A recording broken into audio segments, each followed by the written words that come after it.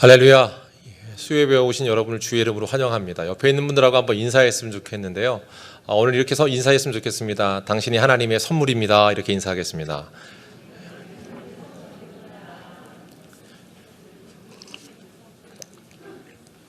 네, 하나님께서 우리가 이 자리에 있는데 우리가 서로가 서로의 선물이 됐으면 좋겠습니다. 그런 은혜가 우리 가운데 있길 바라면서요, 오늘 말씀 한번 나누겠습니다. 오늘 주신 말씀은 요한복음 3장 16절입니다.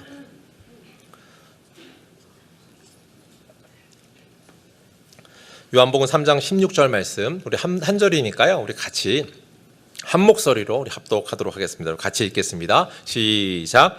하나님이 세상을 이처럼 사랑하사 독생자를 주셨으니 이는 그를 믿는 자마다 멸망치 않고 영생을 얻게 하려 하심이라. 아멘.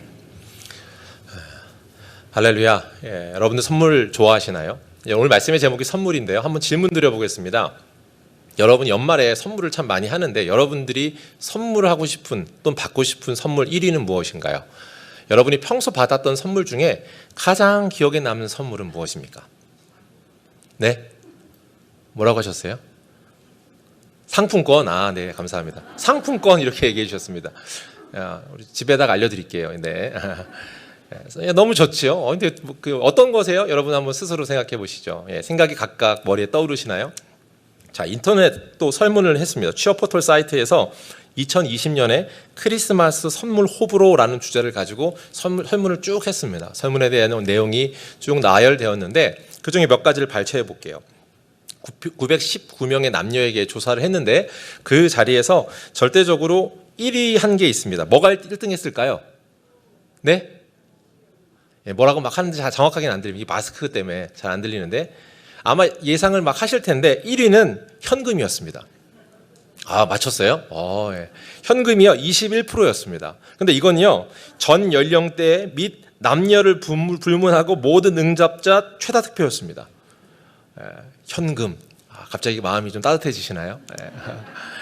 어떤 선물이든 선물은 사람이 참 기쁘게 합니다. 그런데 여러분 물어볼게요. 여러분 어떤 선물이 여러분의 기억에 남습니까? 그렇다면 또 다른 질문을 해볼게요. 가치 있는 선물을 하고 싶은 사람이 있잖아요. 예를 들어 우리 자녀. 여러분의 자녀에게 어떤 선물을 하고 싶습니까? 이 질문으로 바꾼다면 첫 번째가 받고 싶은 선물이 현금이었는데 이 질문으로 바꾸면 조금 달라질 것 같아요. 오늘 여러분에게 미국에서 일어났던 실화 한 가지를 소개하려고 합니다. 이것은 어떤 소년에 관한 이야기인데 소년의 이름은 라이언 화이트라는 어린아이였습니다. 어린아이라고 하는 것이 당시의 어린아이였던 것 같아요. 라이언 화이트는 혈우병이라는 혈액이 응고되지 않아 생기는 질병 환자였습니다. 질병을 갖고 있는 친구인데 폐 이상이 생겼습니다. 그래서 폐 이상이 생겨서 13살 때 폐 이식 수술을 했는데 폐 이식 수술을 하다 보니까 혈우병 환자니까 수혈을 많이 하게 됐죠. 수혈을 하다가 문제가 생겼는데 에이즈에 감염이 됐습니다. 그래서 이게 미국 안에서 큰 이슈가 됐습니다. 실제 영화로도 제작이 됐는데 라이언 화이트 이 친구에 대한 이야기 스토리의 내용이 어떤 거냐면 이 친구가 중학교에 가야 되는데 중학교에서 그 에이즈 감염에 대한 어떤 전염에 대한 이해가 별로 없었던 당시 상황이다 보니까 거절한 거예요. 못 오게 하고 막 데모가 일어나고 그런 문제가 이슈가 됐습니다. 문제는 이 아이가 잘못해서 생긴 병이 아니잖아요. 그래서 사회적 이슈가 됐고 뉴스 보도가 됐습니다. 그래서 사회 각층의 인사들이 이 아이를 찾아와 선물을 막 주게 되었고 위로하는 일들이 뉴스에 연일 보도가 됐던 아주 특별한 사건이었습니다. 그때 찾아왔던 사람이 당시의 레이건 대통령도 찾아왔고요. 우리가 알고 있는 도널드 트럼프 당시에 이제 거부였죠. 부동산업을 하고 있던 연예인들도 많이 왔습니다. 유명한 선물 중에 하나가 많은 선물이 있었는데 마이클 잭슨이 빨간색 머스탱 차를 선물했습니다. 이게 어린아이한테 어울리는 차인지 모르겠지만 근데 실제 이 차를 타고 다녔다고 해요. 빨간색 머스탱 차를 선물하는 것, 이런 많은 각종 많은 사람들이 이 아이를 위로하기 위해 찾아오고 또 연락하고 방문하고 선물을 했습니다. 그런데 결론은 이 아이가 아무리 그렇게 많은 사람들의 응원을 받았지만 원래는 6개월 산다고 해서 좀 늘어났어요. 그런데 시간이 흘러 5년 뒤인 18살에 죽었습니다. 18살에 죽었는데 근데 그때 죽음 직전에 약해진 몸을 가지고 아빠와 했던 대화가 인터넷 뉴스, 그러니까 크리스천 잡지에 실렸습니다. 크리스천 잡지에 실렸고 그 대목을 제가 읽어드릴게요. 아들아 미안하다. 이제는 내게 아무것도 해줄 것이 없구나. 이 아빠가 더 이상 어떤 선물도 줄 수 없음을 용서해다오. 아빠, 전 지금까지 많은 선물을 받았지만 아무도 아빠 같은 선물을 준 사람은 없었어요. 아빠는 저에게 죽어서도 천국에 갈 수 있는 티켓을 선물로 주셨잖아요. 바로 예수님을 소개해 주셨어요. 아빠 때문에 교회에 나가서 예수님을 믿고 영생을 선물로 얻었거든요. 이보다 더 위대한 선물은 없을 거예요. 이게 당시에 기독교 잡지에 실렸고 이게 많은 사람, 특별히 그리스도인들의 가슴을 울리는 사건이 되었습니다. 오늘 제가 여러분에게 소개하려고 하는 선물, 그 선물은요, 이 세상 그 어떤 것과 비교할 수 없는, 이보다 더 위대한 선물은 없을 거예요 라고 했던 바로 그것입니다. 하나님이 세상을 이처럼 사랑하사, 같이 할까요? 독생자를 주셨으니 이는 저를 믿는 자마다 멸망치 않고 영생을 얻으리로다. 요한복음 3장 16절. 아멘. 설교를 끝내도 되겠습니다. 이렇게 아멘이 나왔습니다. 우리에게 참 익숙한 찬양이며 또 우리가 알고 있는 말씀입니다. 뭐라고 합니까? 어떤 가치로도 비교할 수 없는 선물인데 그 선물을 영생이라고 말하고 있습니다. 그러면 한번 물어볼게요. 세상 그 어떤 것과 비교할 수 없는 선물이에요. 그것이 영생이었어요 라고 말했는데 지금 그이가 말하고 있는 영생은 무엇입니까? 이번 학기에 어떤 집사님께서 중등부 어떤 아이에게 복음 제시를 했습니다. 복음 제시를 했더니 그 아이에게 이런 질문을 마지막에 했어요. 이 영생의 선물을 받겠느냐라고 했더니 이 중학생 아이의 반응이 이렇습니다. 어차피 죽으면 천국이든 지옥이든 모든 게 영원한 건데 꼭 영생의 선물을 받아야 되는 건가요? 이렇게 말한 겁니다. 이분은 되게 당황했습니다. 근데 이 아이의 의도 자체가 지옥이든 천국이든 어딜 가도 난 상관없어요, 이런 의도는 아닐 겁니다. 아마도 제가 곱씹어 봤는데 그의 의도는 이런 겁니다. 천국도 영원한 것이고 지옥도 영원히 지옥에 있다며요, 영벌이여 한들. 그런데 그것을 왜 영원한 삶이라는 말로 표현해요? 라고 말하는 반문이었던 것 같습니다. 그렇죠. 그 아이 입장에서 그렇게 말할 수 있습니다. 왜냐하면 그 아이가 이해한 영생의 선물은 죽어서 영원토록 천국에 들어간다라고 하는 그 단적인 모습만을 이해하고 있기 때문입니다. 그러니까 이것을 영생이라고 말하는 것이 맞느냐라고 하는 질문이고 그 선물을 꼭 받아야 합니까? 라고 하는 또 다른 의미의 질문일 수 있습니다. 그러면 한번 생각해 볼 수 있는데 이 영생은 그럼 무엇입니까? 영생은 무엇인가요? 라고 질문할 수 있는데 만약 그 친구가 말한 것처럼 천국 가서 죽어서 영벌에 처하지 않고 천국 가는 영원한 생명을 갖는 것이라고만 이야기한다면 맞지만 그건 반쪽짜리입니다. 아니 반쪽의 부분도 모자랄 수 있겠죠? 왜요? 말씀을 한번 보시죠. 요한일서 1장 2절입니다. 같이 읽겠습니다. 시작. 이 생명이 나타내신 바 된지라. 이 영원한 생명을 우리가 보았고 증언하여 너희에게 전하노니 이는 아버지와 함께 계시다가 우리에게 나타나신 바 된 이신이니라. 지금 요한은 뭐라고 말하고 있어요? 예수 그리스도 그분 자체가 영생이라고 합니다. 화면을 안 끄셔도 됩니다. 영생이라고 말하고 있습니다. 영원한 생명이라고 말한 것에 대한 포인트가 뭐예요? 예수 그리스도 그분 자체가 영생이에요. 또 하나 말씀 볼게요. 요한복음 17장 3절입니다. 요한복음 17장 3절 같이 읽습니다. 시작. 영생은 곧 유일하신 참 하나님과 그가 보내신 자 그리스도를 아는 것이니이다. 아멘. 뭐라고 말하냐면 예수 그리스도 그를 아는 것, 그것은 뭐예요? 그가 오신 이유를 아는 거라는 거예요. 예수 그리스도 영생이시다. 그분이 영생이시고 그를 아는 것인데 영생은 그를 아는 것이라는 의미. 너에게 선물된 건 뭐야? 네가 예수 그리스도가 누구인지를 알게 되는 것이 영생을 소유하는 거야 라고 설명하고 있습니다. 그러면 중요한 사건을 하나 알아야 됩니다. 예수 그리스도 그분은 그러면 왜 오셨는가? 질문이 생깁니다. 우리가 잘 아는 말씀이죠. 요한복음 10장 10절입니다. 같이 읽겠습니다. 시작. 내가 온 것은 양으로 생명을 얻게 하고 더 풍성히 얻게 하려는 것이라. 아래 세 번역도 썼어요. 한번 읽어볼게요. 시작. 나는 양들이 생명을 얻고 또 넘치게 얻게 하려고. 네, 뭐라 그래요? 더 넘치게 얻게 하려고 했다. 그러니까요, 이 영생이라는 말을 요약하고 정리하면 그렇습니다. 영생은 예수 그리스도를 통해서 하나님을 아는 것이고 하나님과의 관계가 어떻게 되는 거예요? 새로운 관계로 들어가는 것입니다. 그리고 영속의 관계로 들어가는 것입니다. 새롭고 영속의 관계라고 하는 것, 영원한 것, 존재되는 것입니다. 그러니까 아까 말한 예수를 믿은 그때부터 이후로 오는 세상에서의 모든 것의 풍성함을 누리는 겁니다. 이 땅에서의 풍성함이고 이후로 오는 세상에서의 풍성함, 그분이 오신 이유입니다. 그리고 그분을 아는 것은 이 풍성한 삶을 영원히 누리는 것이라고 성경이 증언합니다. 사랑하는 성도 여러분, 여러분 영원한 삶, 영원한 생명, 그 풍성한 삶을 누리길 소원합니다. 저와 여러분이 그 풍성한 삶을 깊이 누리고 풍성하게 차고 넘치게 누렸으면 좋겠습니다. 그런데 그 비결이 뭐라고요? 알면 알수록 풍성하대요. 그분을 알면 알수록 더 넘치게 얻는다라고 세번역이 이야기했습니다. 그러니까요, 이건 뭐냐면 이전과는 다른 차원의 풍성함이래요.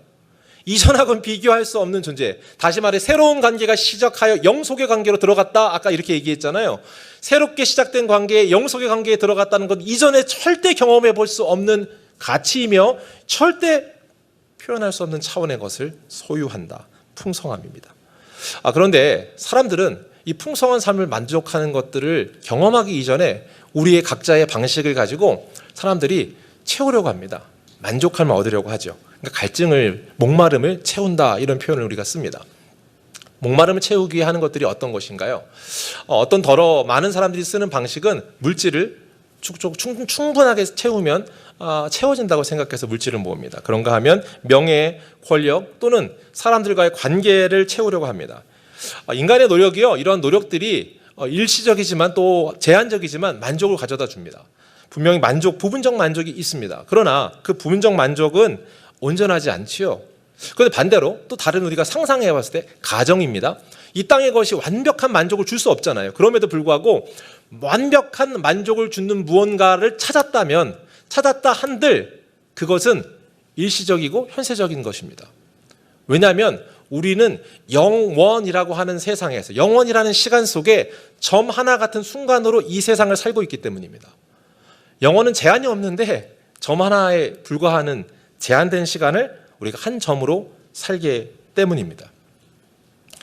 순간을 위해서, 여러분, 순간의 만족을 위해, 점 하나의 만족을 위해 영원의 가치를 포기하는 사람이 있겠습니까? 혹 그렇다면 그 사람은 정말로 어리석은 사람이다, 이렇게 말하지 않을까요? 정말로 여러분에게 말하고 싶은 귀한 가치, 순간의 만족을 위해 무엇을 선택하십니까? 어떻게 해요? 라고 하는 질문을 곱씹어보면 오늘 이야기를 한번 더 가져가 보겠습니다. 제가 이제 결혼 예배를 앞두고 있는 커플을 만났습니다. 그래서 결혼 예배 학교 과정으로 저와 함께 성경 공부를 같이 나누면서 통상적으로 신혼여행을 어떻게 가? 라고 물어봤습니다. 그랬더니 그 친구가 희망하는 신혼여행지를 얘기해 줬습니다. 그리고 그 사진 한번 보여주시겠어요? 네, 여기입니다. 이거 보이시나요? 신혼여행지의 숙소입니다. 가고 싶은 숙소 예약하고 싶은데 질문입니다. 이곳은 어디일까요? 네? 하와이 막 나와요. 이쪽에서 정답이 나왔습니다. 이곳은 그 유명한 모히또 가서 몰디브 한잔 하는 그곳입니다.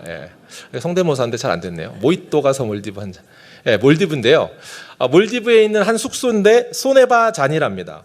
근데 이 친구들이 이곳에 숙박하기로 했었는데 이곳을 포기했답니다. 왜 그랬나 싶었는데 이게 좀 숙박비가 올랐대요. 원래 자기가 알고 있던 데보다. 하루 숙박비가 얼마인 줄 아세요?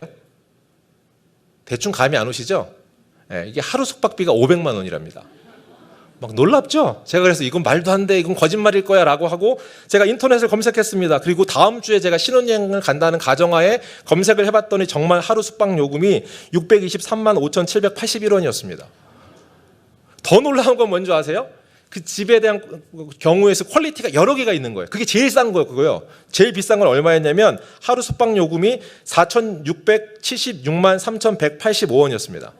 그러니까 4,700만 원이에요. 그러니까 4,700만 원으로 일주일 6일 정도를 숙박한다고 치면 신혼여행 비용으로 3억 이상을 써야 됩니다. 아니 비행기값 뭐 다 빼고 숙소비만. 여러분 한번 질문해 볼게요. 이 친구들이요, 순간의 만족, 원래 원했던 건 있으나 순간의 만족에 비해 이것은 가치가 있지 않다라고 생각해서 포기했습니다. 안 가겠다고 하고 다른 나라로 바꿨습니다. 또 한 번 한번 질문해 볼게요. 여러분, 여행지를 정하는 데 있어서 이것은 굉장히 중요할 겁니다. 이 친구들이 생각한 거, 평소 경험하지 못한 것을 경험하고 싶은 마음에서 꿈꾸던 여행지였죠. 그런데 이전보다 뭐 2배도 올랐고, 그리고 커플은 그만한 가치를 하지 않는 것 같아 라고 판단을 한 거잖아요. 또 다른 경우에 여행지를 정하는 데 있어서 중요한 기준이 있을 텐데, 여행지를 어떻게 정하는가? 보통 정할 때 이런 거예요. 내가 경험해 보지 못한 가치를 선택하죠. 생각해 보면 이런 거예요. 아까 말한 건 이곳이 몰디브라고 했잖아요. 몰디브의 바다가 너무 아름다운데, 몰디브 사람이 몰디브 바다에 저의 숙소에 가고 싶어서 4,676만 3,185원을 지불하겠습니까? 아니요. 그 사람이 또 다른 가치로 경험하고 싶은 건 흰 눈이 내리는 어떤 것이든지 또 다른 것이지 않겠습니까? 이건 분명히 우리가 일반적인 동의가 돼요. 제가 얼마 전에 신방을 갔는데 한번 이런 생각을 해봤습니다. 정말로 집이 뷰가 좋잖아요. 뷰가 좋으면 웬만한 뷰가 만족하겠습니까? 다시 말해, 뷰 좋은 집에 사는 사람은 어떤 숙소를 정하는 가치에 있어서 참 뷰 좋은 집을 찾아가야지라고 생각하진 않을 거예요. 왜냐하면 그가 그걸 소유하고 있기 때문에. 아주 좋은 걸 소유하고 있는데 그보다 덜한 것을 굳이 다른 경험을 하기 위한 여행지에서 그걸 선택하지 않을 거 아닙니까? 이게 잘 공감이 없어서 그런데 공감되게끔 한번 얘기해 보겠습니다. 예. 이렇게 하면 설교가 잘 안 풀리는데 오늘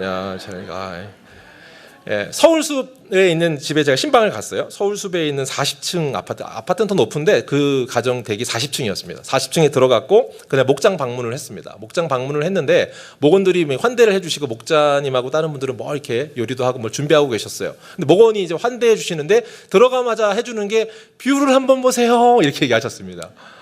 창문이 이렇게 파노라미로 쫙 돼 있는데 제가 들어오니까 버튼을 눌러서 커튼이 이렇게 쫙 기계로 올라갔습니다. 퍼포먼스 같았어요. 이렇게 쫙 올라갔는데 한강이 쫙 보입니다. 근데 집사님이 이제 목원이시죠. 저는 지난주에 와서 다 봤습니다. 이러면서 설명을 해주시는 거예요. 이쪽으로 오시면 저기는 남산타워고요. 한강이 W자로 되어 있습니다. 저쪽에는 여의도이고 63빌딩이 이렇게 있습니다. 자, 다음 방으로 가시죠 하고 이쪽 방에서 보는 뷰는 롯데타워입니다. 그리고 방을 돌아다니면서 막 알려주셨습니다.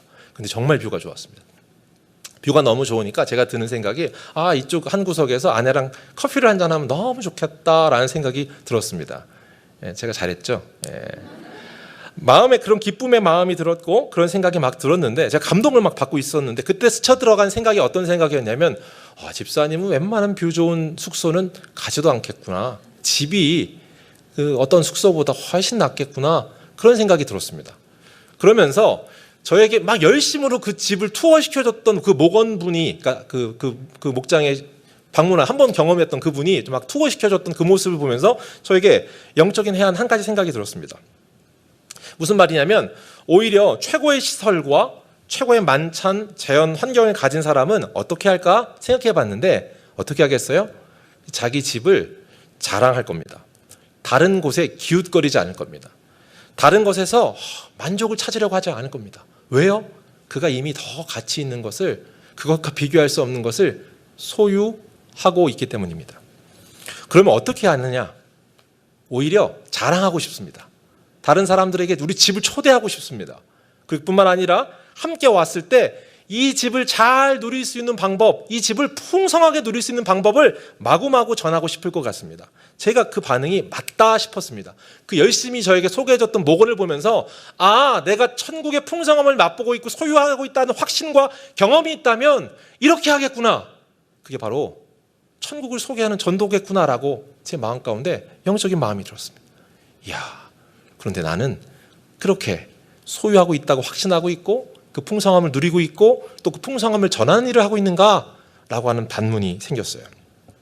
사랑하는 성도 여러분, 천국은요 우리가 이렇게 알고 있습니다. 이 세상 그 어떤 것과 비교할 수 없을 만큼 풍성함이 있습니다. 그 풍성함이 우리가 생각할 수 있는 어떤 가치로도 계산할 수 없다 이렇게 알고 있다고요. 세상과 비교할 수 없는 이 땅에 주는 것은 일시적인 만족이 되거나 가끔의 어떠한 우리의 기쁨이 될 수 있을지 모르지만 온전하지 않고요 영원하지 않습니다. 그런데 그런 우리가 이 영원한 풍성함을 갖고 있는 우리가 어떻게 반응한가? 어떻게 생각하는가?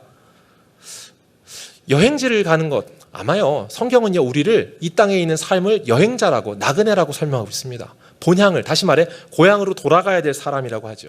그러니까 본향, 세상 그 어떤 것과도 비교할 수 없는 가치를 갖고 있는 사람은 남들이 럭셔리하다고 하고 남들이 이거 가지면 참 자랑할 만한 세상 그 어떤 것도 자랑거리가 되지 못함을 스스로 고백하고 그렇게 살아갈 겁니다. 천국에 값진 것 전하는 복음 전도자 되겠죠. 사도 바울이 그랬습니다. 나는 이 세상의 모든 것을 배설물로 여긴다. 이 땅에 그가 갖고 있는 것 참 많았으나 세상에 더 큰 비교할 수 없는 가치를 소유한 자로서 당당하게 말하는 것. 그것이 오늘 복음 전도자, 선물을 소유한 사람의 첫 번째 반응입니다. 그렇다면 두 번째, 그리스도, 이것을 영생이라고 하는 것을 소유했다는 것은 어떤 의미인가? 그리스도를 안다는 것인데요. 그리스도를 안다는 것을 조금 더 깊이 있게 살펴보려고 한다면 그분이 건져내신 존재, 우리죠.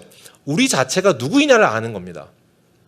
쉽게 말하면 건져진 존재로서의 우리의 가치로 풍성함을 갖고 있다는 걸 아는 것도 기쁨이지만 그보다 더 중요한 것은 이런 풍성함이 있기 이전에 나는 어떤 존재였는가라고 하는 겁니다.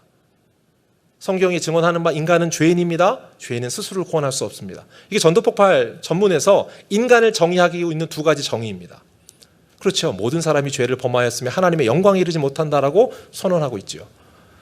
우리가 잘 알고 있는 예화인데요. 제가 아프리카 어느 낯선 지역을 여행하다가 그 늪지대에 발이 하나 빠졌습니다.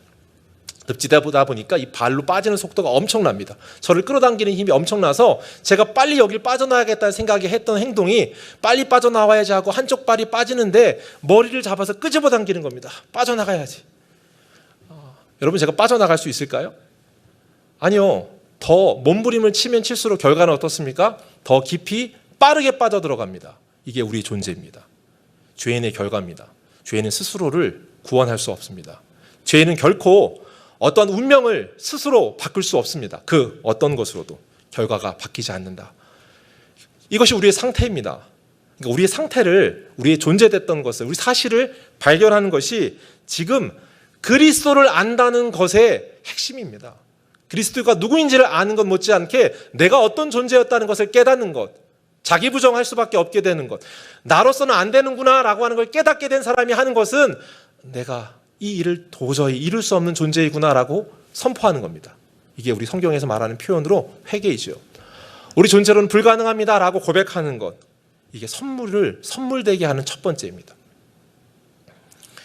자기 부인의 방식으로 안 된다는 걸 인정하는 것, 주인이 어떤 분인지 알게 되어서 세상 왕 노릇하는 그 거짓 신들과 대적되는 참신을 쫓게 되는 것은 첫 번째, 거짓 신이 헛되다는 걸 아는 거죠.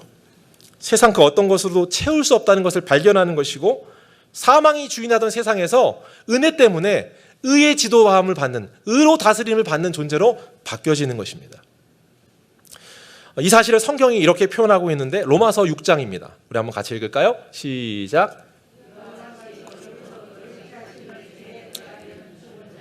그리스도 예수 안에서 하나님께 대하여 살아있는 자로 여길지어다.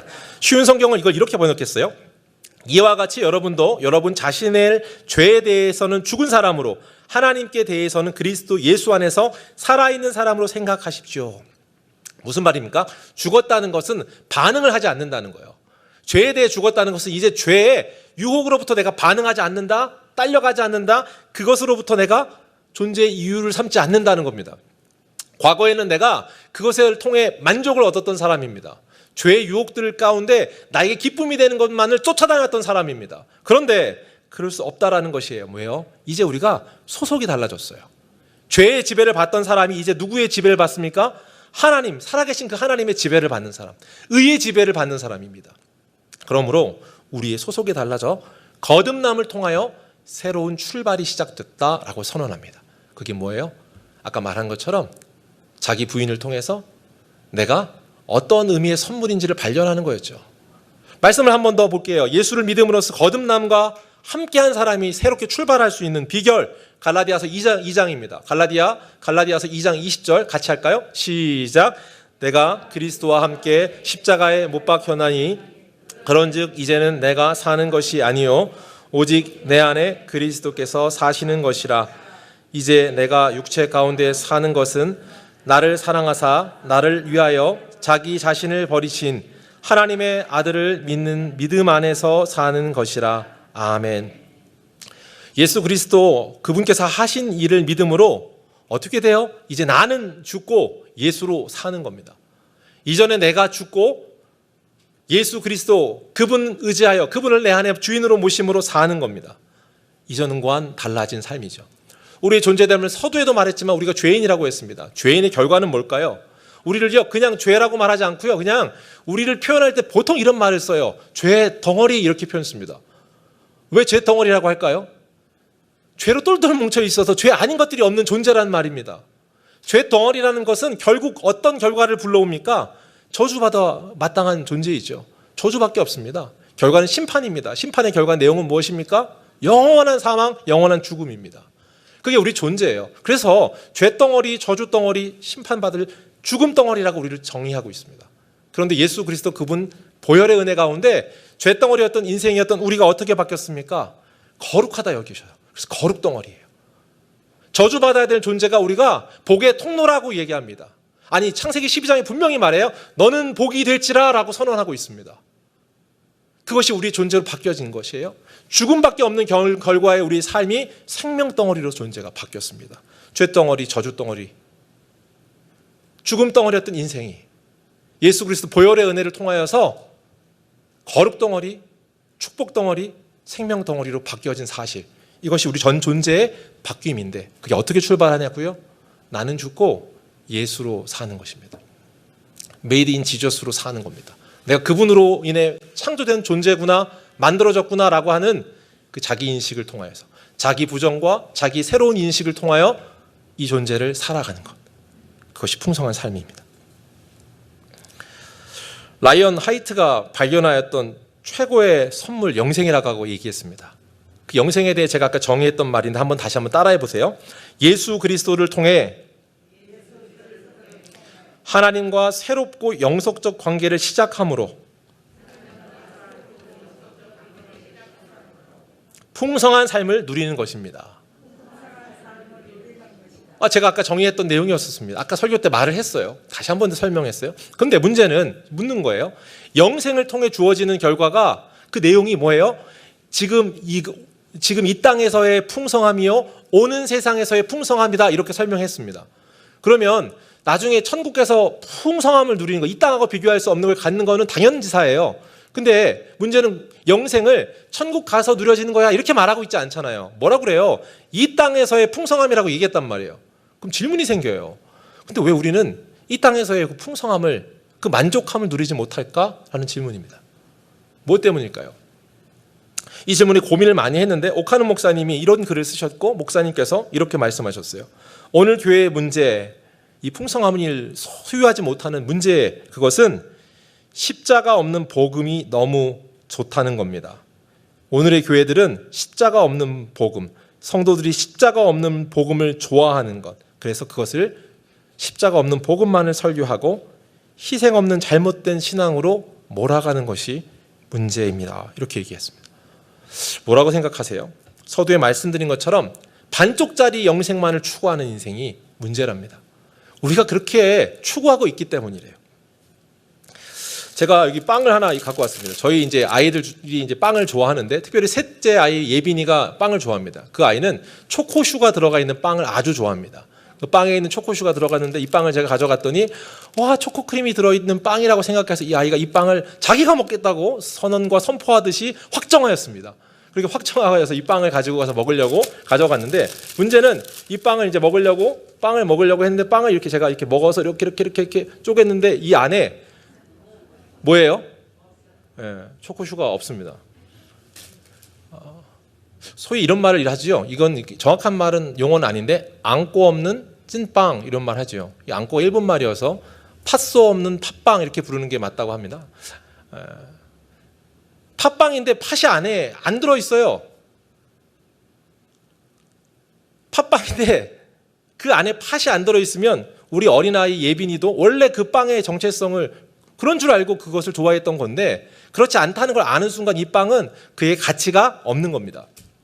사랑하는 성도 여러분, 우리가 이 땅에서요 풍성한 삶을 이 땅에서 주는 영생이라고 이야기했는데 영생을 소유하지 못하는 이유가 무엇입니까? 이 땅에 존재하는 우리가 그리스도인이라고 정체성은 있으나 우리 안에 그리스도가 내주하지 않으십니다.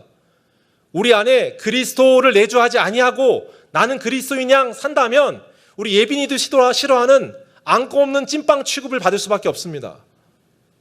이 땅에 많은 사람들이 교회를 지탄하는 데는 교회 안에 그리스도인이라고 불리는 사람들이 예수를 따르는 사람이라고 말하면서 내 안에 예수가 없고 결론적으로 예수가 아닌 밀가루만 가득 찬 빵처럼 나라는 존재만 가득 찬 채로 살아가는 것, 그것이 이 땅의 풍성함을 누리지 못하는 이유라고 성경이 선언합니다. 사랑하는 성도 여러분, 우리 가운데 세상과 비교할 수 없는 이 가치가 되살아나는 그런 저와 여러분 되길 주의 이름 축복합니다. 예수는 죽고 나는 죽고 이것이 싸움이에요. 우리는 분명 성경이 말하는 바처럼 나는 죽고 예수로 산다고 하는데 맨날 우리가 죽이는 건 예수님이 십자가에 죽는 것만 이야기합니다. 예수를 맨날 죽여요. 예수를 맨날 죽이고 예수 죽어서 나는 천국 갑니다 라고 하는 이후의 영생만을 사모하는 것처럼 반쪽짜리 신앙생활로 살아가기에 우리에게 영향력이 없고 이 땅에서 풍성함을 누리라고 한 선물을 누릴 수 없는 존재로 사는 것입니다. 그것이 이 땅을 사는 우리의 문제이지 않습니까?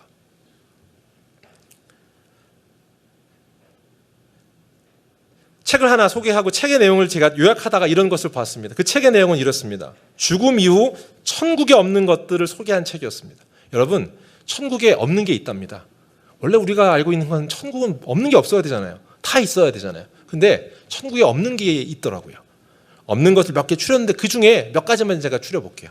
천국에 이게 없습니다. 불신자가 없습니다. 천국에 뭐가 없습니까? 질병이 없고 고통이 없고 고난이 없습니다. 또 하나 뭐가 없습니까? 천국엔 죄의 유혹이 없습니다.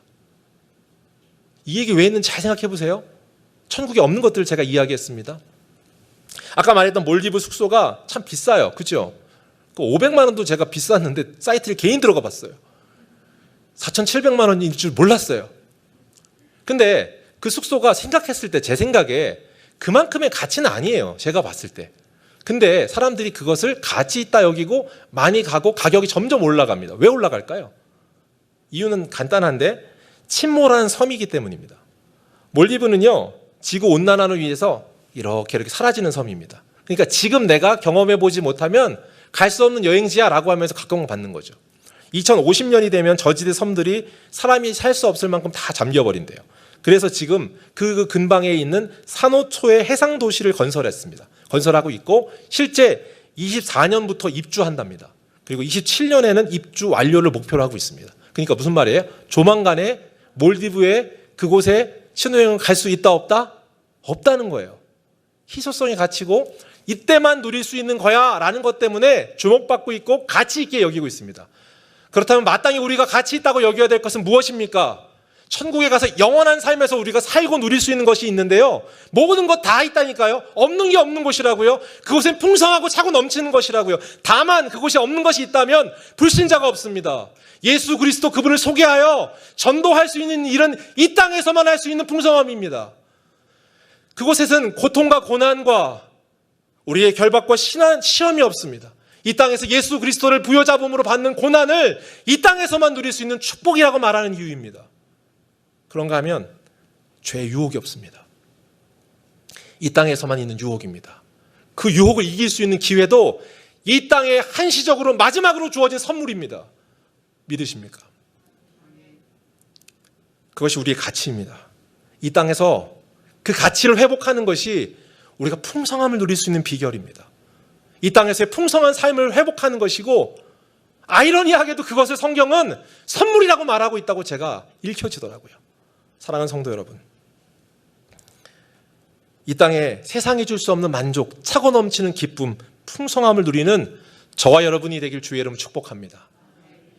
그 비결이 무엇입니까? 첫째, 내가 소유한 것이 무엇인지 아는 사람은 뷰 좋은 집을 사는 것이 아니라 여행의 기준이 달라지므로 우리가 돌아가야 될 본향, 고향을 바라보며 이 땅을 나그네로서 내 집에서 경험할 수 없는 가치 있는 일을 찾아 살려고 애쓸 것입니다. 첫 번째 비결입니다.